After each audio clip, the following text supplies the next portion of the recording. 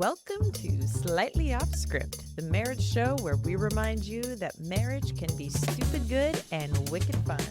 I'm one of your hosts, Bethany Needham, here with my snow day buddy, Andy Needham. I'm hoping by the time this releases that there are like trees in bloom and the ground's all dried out and mud season is all over. I've actually given up on following whatever rules there are in the podcast. It's a nice summer day. We're not that far ahead. Well, you know what? With all the curtains closed, it can be whatever we say it is, because who knows? But I'm definitely dressed for a snow day. Yes. I got my toque, or as you Americans call it, what do you call it? A beanie? Oh, beanie. That's such a dumb Or a word. hat. A toque? Do you know why they call it a toque? No. Canada? Did you ask those questions when you were a child? Why do they call it a beanie? I don't know. I don't know. I just grew up calling it that, and it just will always be that. So we're recording. We have this episode that kind of the idea honestly came to me doing a marriage devotional. So I've been doing this marriage devotional in the mornings, which It's a devotional that focuses on marriage. You're not like worshiping marriage. Oh, yeah. I think everybody understood that, but I just wanted to make sure. You just wanted to make it sound like, okay, that's fair. But no, they were talking about this idea of differences and in relationships, how oftentimes, especially in relationships, I'm talking like when you meet, dating early on, the differences are one of the things that can draw us to one another. But if we're not careful, differences can be something that we can start to resent or get frustrated with and all of that. So we're going to get into that. But before we do, I thought we could kick this baby off. By I thought, I meant you thought, and I'm acting like it was my thought. That's how this works. Kick this bad boy off by sharing. Let's give something that we're really enjoying in this season and something that we are not enjoying in this, like a negative. Yep. So I want to hear what are you enjoying most in this season? Yeah, I want to just caution the listeners that these are not going to be profound, or at least maybe yours are. Mine are not. Mine are very like. No, were they supposed to be profound? I just want to make sure that like the expectation is the bar is low. That way, when I just like barely get over it. That's true. I did kind of intro it like we were going to give. These are life changing. This is not like Oprah's list of Christmas things or something like that. No. Not everyone's getting a car from this. Yeah. But it could, maybe they'll take the thing that we like and be like, I want to try that. I don't know what yours is though. So. All right. So the thing that I like and I've been digging making sort of like taco bowls at home. Ooh. Yes. Sort of like the Chipotle, which I think this is like the second episode this month that we've mentioned. Yeah. Chipotle should. It'd be great if they could sponsor us right when the one near my work opens up. Oh, yeah. That'd be like good. Get some free Chipotle. But I kind of enjoyed, like, we're kind of experimenting. And then this week I had like a DoorDash half off thing. So I like got groceries delivered, which was kind of cool. And I tried Aldi. And for some reason they had these like carnitas pork. And it was it was stupid easy to make. It was literally like stick in microwave for 90 seconds, which is not usually my jam. So I was skeptical if it'd be any good, and it was phenomenal. Yeah, it was really tasty. Like it's on the list now. And we just made we put some jasmine rice, some of that carnita pork, some cheese, salsa, guacamole. We were feeling rich that night. It was amazing. Yeah. That's a good one. I like that. That's been something that I think that's what we're going to have to make for dinner tonight. Not the carnitas, because I don't have any more of that. Yeah, I definitely ate up all the carnita. My bad. That's good. Okay, so I guess staying in the food sort of department, I'm throwing out that one of the things I'm really enjoying in this season, as in winter, it's cold. I've been craving like warm drinks, and I no longer can just drink coffee all day long. That is not a thing. And I sometimes want regular tea, but you found this broth tea. It's like a pho. Is that how you say it? Like pho broth tea. And yeah, brah. Yeah, pho. I can't. I'm not going to. But it's so good. I was also pretty skeptical just because I was like, is this going to be too watery? But it's delicious. It's literally like drinking this warm cup of broth. And you make it just like tea. It's a little tea bag. You put it in. So I'm really enjoying that. That was one of those things that I think you were in the throes of the flu, and I was just like trying to pick up things like kind of a care package, and I was like, oh, this looks interesting. Yeah. So No, that was that's a winner. That was All a win. right. I have another one though. That you kind of, we're gonna stay on the food thing, but you have kind of helped me orient towards different like ways to get protein. So you really like the protein yogurts and like different protein shakes. I'm a little bit like, I can do a protein shake, but I'm not my favorite thing. Yeah. However, barbells of Oh, protein my bars. word. So Yes. I've tried a lot of protein bars that you have, and like some of them you just kind of like sort of like taking a vitamin. You're like, I'm just doing this like it sort of tastes like chocolate, like chocolate. I was gonna say very chocolate. Chocolate. Yeah. But barbells are like Snickers bar. Frankly, like they shouldn't be as good as they. I'm dubious on whether they're actually as healthy as they say. Anybody that I've introduced barbells to feel the same way. Their first thought is, "There's no way this can be good for you." And I'm gonna saying that it's protein high protein. bar, It still is like it's a candy bar with high protein. It's a treat. It is a treat. But yeah, unlike any other protein bar, that actually tastes like you're eating a straight up just candy bar, and it is delicious. I have to stop myself. I'm not even like a candy person, but those are really good. So yeah, we found them at Trader Joe's, but now they're starting to be carried at Target, Walmart. I've seen them at GNC. So yeah. So anyway, that's a little shout out. Apparently, we were all about the food and drink when we were thinking this through. My dislike is not a food thing though. Perfect. Give me the dislike. Long movies. You were out yesterday running some errands, and I watched a movie, and it was like right in the genre of things I would like sort of like a crime thriller kind of movie. And it wasn't that great of a movie, but then I'm just like, I'm watching this movie for a long time, and I click, like you click on the screen to see like how far, and I'm like, I'm not even halfway through this stinking movie after an hour. I'm gonna be honest. I've actually noticed that just normal length movies are a lot for me now. Yeah. I would rather watch a short episode of something than the last couple times we sat down for a movie. I have felt that way shortly in, where it feels like I'm doing a chore. Yeah. Like it's like, this is gonna be work for me. I don't know. There are movies that I really enjoy, and I actually like some slower movies. But I don't know, just something about it now. Like if it's not like an epic movie, just make it 90 minutes, please. Yeah, no, that's fair. Edit that thing down. Watch, this will be like our longest episode ever. Gosh, yeah. They're like, how about you guys edit? Yeah. How about that? You guys don't know how much I do edit.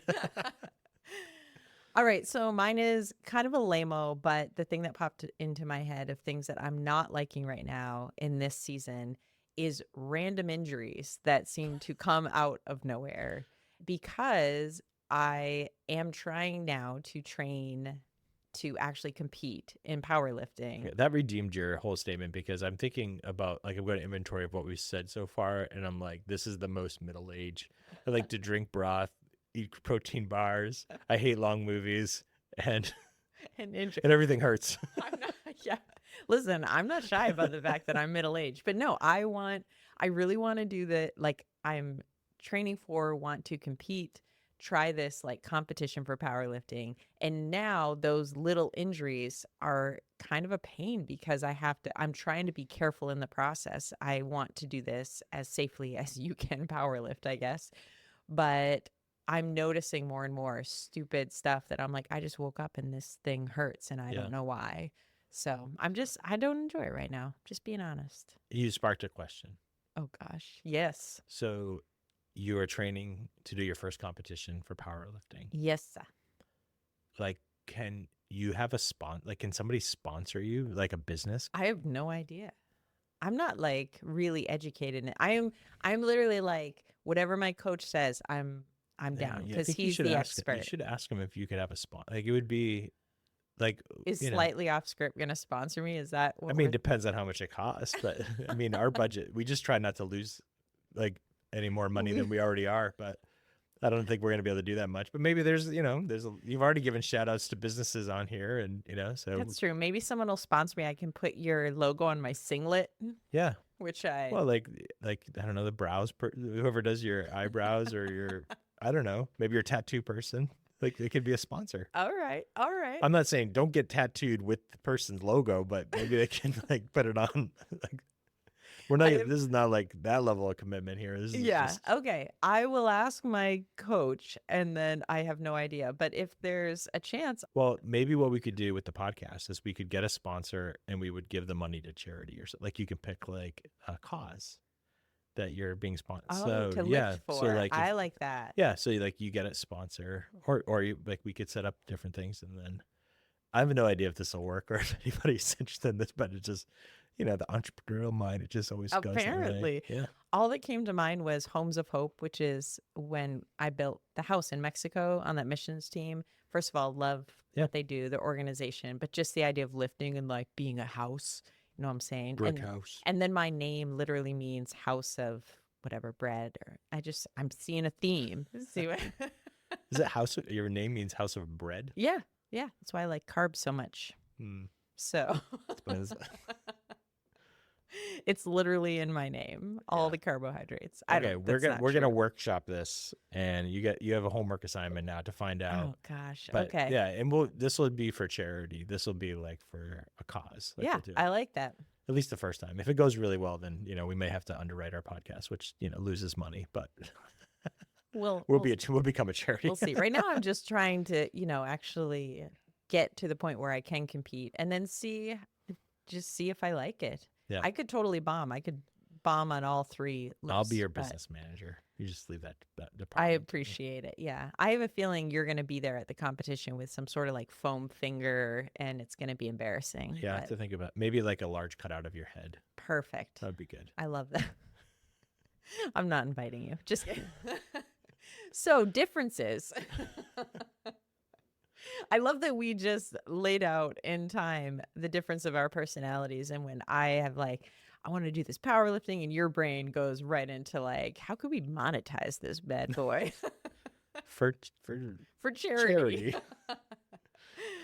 So I really enjoyed, as I've been doing these morning devos, just thinking around this idea of differences, because I think it just resonated with me, because we've talked about this before, not just on the podcast, but we have conversations about sometimes how comical it is, how different we are. But then also the fact I do feel like, not 100% of the time, but a great deal of the time, one of the things I like is that we appreciate each other's differences. And you are somebody that I would say does an incredible job, and I've learned a lot from you in celebrating and empowering my differences. And in some ways, it didn't occur to me until I was doing this study that isn't necessarily an assumed thing in relationships. And based on my reading, this actually can be something that can really tear apart a relationship if you're not intentional with how you approach these things. Like, if you're not intentional in celebrating and empowering and all of that, your really the go-to can be getting frustrated and resentful and everything else with these things that maybe once upon a time were like part of the romantic attraction to one another. So I asked you, and I did this as well, think through what are some of the differences that you first maybe were attracted to when you met me. Or maybe it just wasn't just at the beginning. But I would love to hear what are some of the things that came to mind. Yeah, the interesting thing when I was thinking through this, like, first of all, I think you do a good job of celebrating my differences as well. So thank you for that. And I feel like that's a mutual thing. I think that part of when I started to process this, I realized is that some of it is like things that I have to do through discipline, or I've had to learn to do, that come naturally to you. Because it's not an excuse. Like, so I'll just say, like, the first one that I wrote down was that you have natural empathy and high EQ. Now, that doesn't mean like a difference is Andy has no empathy and no EQ. I hope not, anyway. No, not at all. But I do think that it has been something that I've more had to see as like a area of development for myself, because I can be very task focused. But for you, like being people focused, that is like your starting point. That's your why. The why is super clear for you from the beginning. I think it showed up a lot in our parenting. That's where we had to really be a team, because there are times when I had to kind of be like, I know that you're a bleeding heart here, but we do need to hold the line on X, Y, and Z. And then there were other times when I just really needed your perspective on things. And so, yeah, so I would say the first thing is just you're very natural at like connecting with people and like seeing. I think it's a beautiful thing about the work that you do now, where you're interacting with people who have been in the grip of addiction, who often are overlooked and not appreciated. So yeah, that would be the first one I would mention. Does that feel like it fits? It feels weird to say like, yeah, I'm definitely empathetic and high EQ, but no, I appreciate that observation. It's interesting because I don't see that as a deficit that you have. I feel like you definitely have higher EQ than I think you give yourself credit for. So the only area that I can think of that's a shadow side to this, and I think that you have grown miles in this. Like there was a time not too long ago where you sent me a text message and we're like, "Hey, could we have this person come stay with us for a few days?" It was like that all heart part. It was like in me was like, "Oh, that's great," but then it was just the timing was not perfect, and there's other things going on in our home, and our daughter like ended up being good that we didn't say yes to that because I think our daughter came home sick that weekend. Yeah, that's the only time that it can be a shadow side is just like not having boundaries might be the way to kind of say that. So, and that was one of the things we talked about as we were just discussing having this conversation about differences is there is the side of celebrating, empowering, all of that, but with every strength, with these differences, there is sort of the gold side of it, like the really good that comes, but then there is often, if not always, a shadow side to these things, and recognizing that even as we choose to celebrate, like there's a choosing to celebrate, but it doesn't mean overlooking when that shadow side can show up. And so that's part of this conversation too, is yes, there's good, but then what does that look like? Yeah. Well, in that situation, it's a good example though too, because I could have just been like, "That's a dumb idea." That would have been that. In some ways, that was my instinct. But when I wrote you back, I was just like, "Well, I think we need to have a conversation about this." And then by the time that conversation came, it had actually resolved itself anyway, so it was not a big deal. Yeah. So, yep. So for you, the thing that came up immediately, and I met you, you were my boss, and you were young in leadership in full-time ministry. And I just remember being so attracted to kind of your organizational side of just leadership, and you just had it together. I was like, in some areas. what? But no, you were very, very organized. And again, this is what I observed, and this has been true of you. Very different than my personality. I mean, I just think about when I met you, I'm pretty sure I had pink streaks in my hair and I was kind of the crazy wild. And you were just very kind of steady together, that, and I was drawn to sort of that stability factor. And is this ring true for you? Be honest. I mean, my t-shirts might be color coordinated in the closet. There we go. And I get really upset when you take one of my t-shirts. I don't mind you borrowing my shirts, but if you leave that black hanger, I'm going to tell you. Yeah, he's not lying. But then we talked about this sort of the celebration of that, right? Like there's real beauty, and you bring and have brought so much stability to sort of my wired for chaos. And the fact that today I have any level of organization, I attribute to honestly what I have learned from you. And that's kind of that, not just the celebration. And you mentioned it, like it wasn't me just being like, well, he's organized and I'm just not. But it was actually being open and willing to learn and grow in that. That's been a huge part of appreciating that difference. But then there's also the shadow side that can. No. There is. Are you kidding? I know. But the shadow side I listed as when it becomes perfectionism. Mm-hmm. And that's been something that we've had to walk through, times when it was beyond just being organized and holding standards that just were not realistic. And so, yeah, some of walking in this journey of differences, that difference specifically for us has been my learning. When are the times that I need to put my own ego aside or whatever. Sometimes it's just laziness, if we're being honest. My own laziness aside, and embrace and utilize your organizational skills, the systems that you put into place that work awesome, like in our home, in our family. And then when are the times when, if it is sort of crossing into that shadow side, that I need to stop and be willing to advocate for, hey, I love you. I appreciate your organization, but this is like, we've crossed over.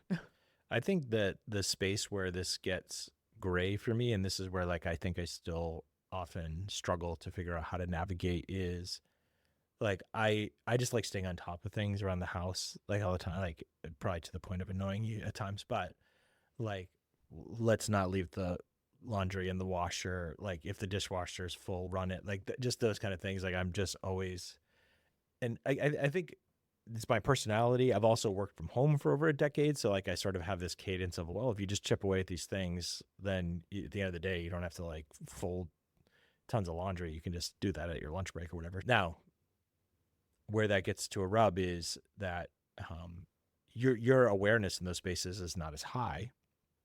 And sometimes I hold you this. I mean, this is what perfectionism is that I hold you to the standard that unrealistic standard that I might hold myself to. I've had to learn. There are times when it needs to be a conversation that's just like, hey, could you help me do this? There are other times when it needs to be like, hey, I'm just noticing that you're not noticing. And could you just be a little bit more aware of X, Y, and Z? And I think having realistic expectations is something that I strive for in that. But there are times when I kind of have to be like, hey, could you just be a little bit kind of tuned into this? Is that good?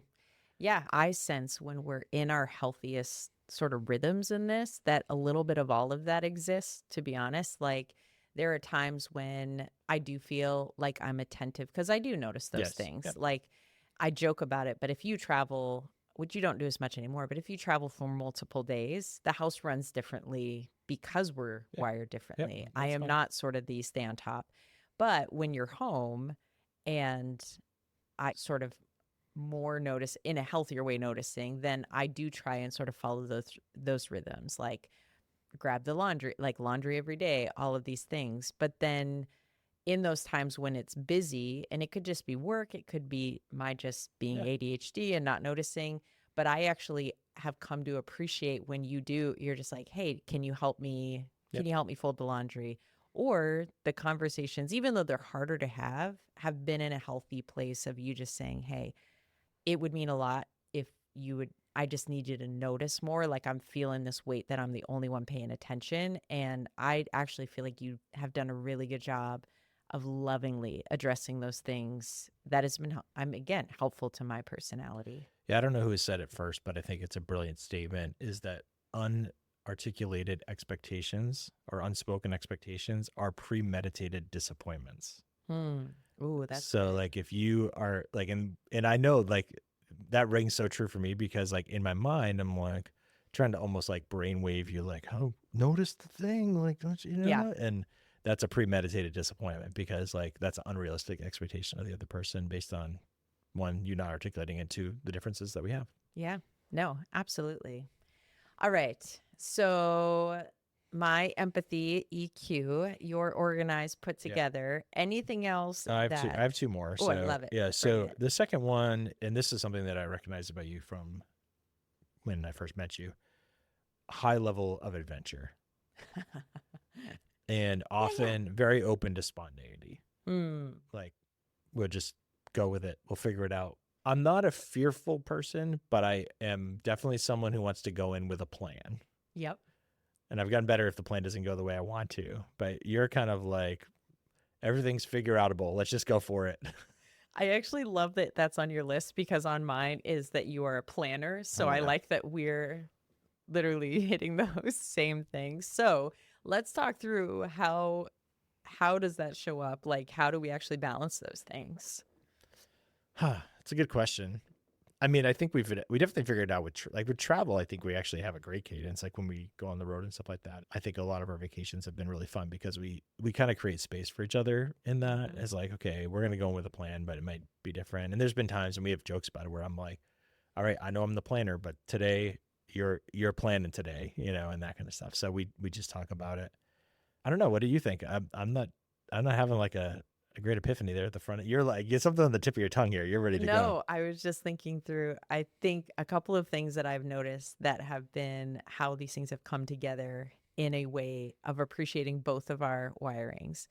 I think that I've come to appreciate that when you plan adventures, it does not take the thrill out of it that it's not spontaneous. Like in some ways, I think I idolize spontaneity. Like if it's not spontaneous, it's not romantic, or if it's not spontaneous, it's not an adventure.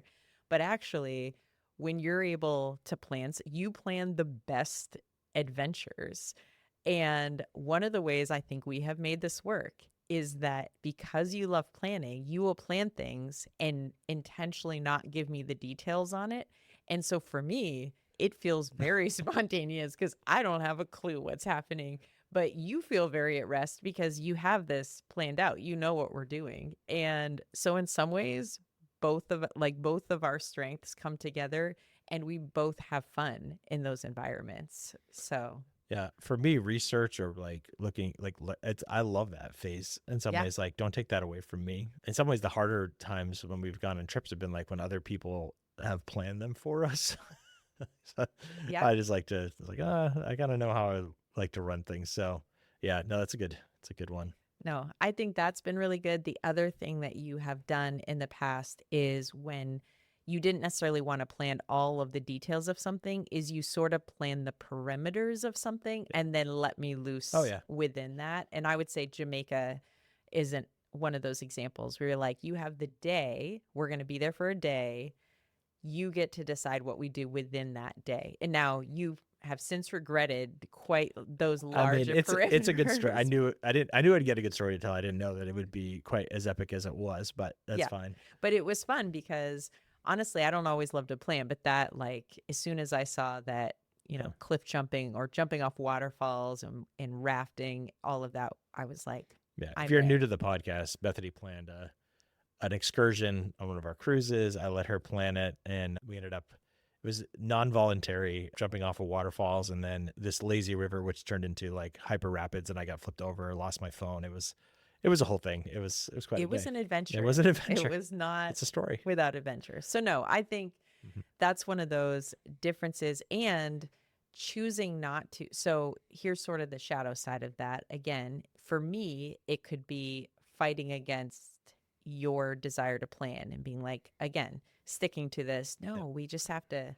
be spontaneous all the time, whatever. For you, it's kind of controlling every detail of everything and just finding that middle ground of me actually really appreciating your skill set in planning and you having, at least I'm speaking for you, but you can reject if you want. I feel like you actually really enjoy secretly planning things that are adventures for me. Like it's fun for you to see me live out your plan. Well, I'm sure at some point we'll do a deeper dive on like finances, but one thing that is we've really tried to adopt, I've kind of had this goal for a long time, but now that we're both working, we're able to do it, is that like you have a fund, we both have a certain amount of money every week that is ours to do with whatever we want to do. We get an allowance. Yeah. Like when you're a kid, it's so fun. And that has been very freeing because prior to that, there are things that you would want to do that I'm like, it's not an unreasonable request, but I'm also looking at like all these other things that are way more defendable. And yeah, none of mine are defendable. My personality is frivolous and whatever. Yeah, but in some ways you needed an outlet. Yeah. Because you're working your tail off to have that. So that's just been an interesting way that we've done that, is that every pay cycle, there's a certain amount of money that we both kind of get to, that's our resource to do with what we want to do with it. So yeah. I like it. Plan spontaneity. Plan spontaneity. It's not a bad idea. All right. I have one more for you. I think I'm not stepping on yet. I'll hear I love it. Your plan. Let's be real. All right. This came up already when we did a whole series on conflict, but I feel like you have always been someone who is pretty fearless, not thoughtless, but fearless about having difficult conversations. And sometimes I'm where I think you really like have taught me a lot is sometimes those hard conversations are things that you're confessing, and sometimes there's things that you are confronting. And the fact that both of those things, I feel like you have a certain level of fearlessness about that is something that is a huge strength, and something that, again, for me is a discipline. I'm not saying that you like never have fear on that, but I just feel like you do it much more naturally than I do. I don't know if I ever would have pegged that one. I'm not gonna lie, but I appreciate the shout out. I'll have to think about that. I honestly, I'm gonna give the shadow side to it. Can I? Go ahead. Because immediately what comes to mind is that I feel like I need to do a blanket apology to so many people. As I was growing up, I feel like this was part of my personality that made it hard for me ever to have friends because I did not filter. I was that kid that would confront kids at an age where nobody was confronting their friends. Okay. And with no tact or grace or love, I have so many horrifically embarrassing memories in my brain that flood of me confronting my friends about things as a kid. That was just, it's so awkward to think back. So in some ways I'm grateful hearing you say that, because I'm like, maybe God's redeeming I think that awkward quality. I think so, for sure. Yeah, I don't know why I was that way as a kid, but Well, just because you're like naturally drawn to it doesn't mean that you always do it right. Yeah. Like, well, let me tell you, as a kid, I think I rarely did it right, but it was weird. It was a weird trait when you're 12 and 13 and your friends, they're all just doing their thing. And you're the one that's like, why are you doing that? You're being an idiot. Like it didn't make me cool. I was not a cool kid. That's a big part of it. I'm sorry, anyone. No one listens. yeah.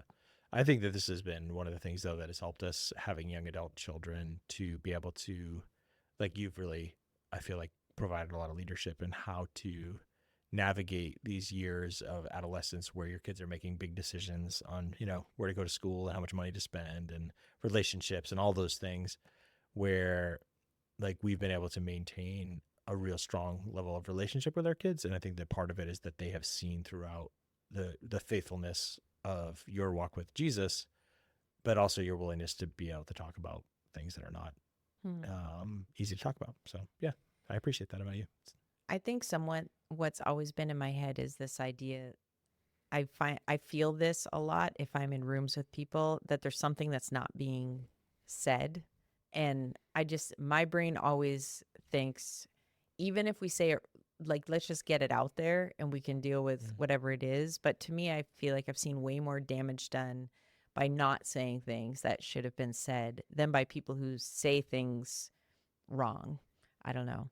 And that's not to say everyone. That's just, I've seen a lot of that, and being willing to have honest conversations with the desire not to hurt people, but is like, if we're ever going to have real relationship and real forgiveness or whatever it is, we have to put it all on the table. Otherwise, there's just something missing there. If we're just pretending, we're covering things up, we're hiding the elephant in the room. So I think one thing that's really interesting about what we brought up is you having entered back into the workforce here and having this new job. It's been a fascinating journey, because I think the foundation of empathy was like why you like the work that you do. However, when you got into this workplace, you quickly realized that you were the organizer, which almost seems counterintuitive for you. So how have you kind of processed that reality internally in terms of like how God has grown you? What are your strengths? Like, how have you had to process that? that is a really good question. I don't know that I have fully processed it. The fact that it's still new. I still giggle anytime someone at work says, well, because you're the organized one, so we need you. It just still makes me laugh. But to be honest, some of it has made me reflect on our marriage, on the things that I have learned from you that I don't even think I recognize that I've learned and grown in, which is a lot of organization and systems. You are probably my top teacher of the importance of systems. And I think I have learned through you that in some ways you've taught me. I think I used to but systems and organizations freaked me out because it felt like it fought against just that internal desire for people, and it almost is like you can't have both, is sort of what I felt for a long time. Like I can't love people and love systems. And one of the things that I've learned through you, and I've coming into this job and I'm recognizing it more than ever, is that systems actually free you up to love people even better. And it allows you, it gives you more bandwidth to reach more people. And there's so much that I didn't recognize that I have grown and learned until now I'm put in this position where I have to implement those things. Like I couldn't do this job if I wasn't implementing systems. And so, yeah, it's been kind of a comical thing because it still makes me laugh, but not that you were like searching for a compliment, but I'm just throwing it. That was not the point of this. but truthfully, it's me. I think all the time, I'm like, it's funny because I often am like, man, you should meet my husband. Like I've thought often that you and my job, like you could do this 10 times better in terms of systems.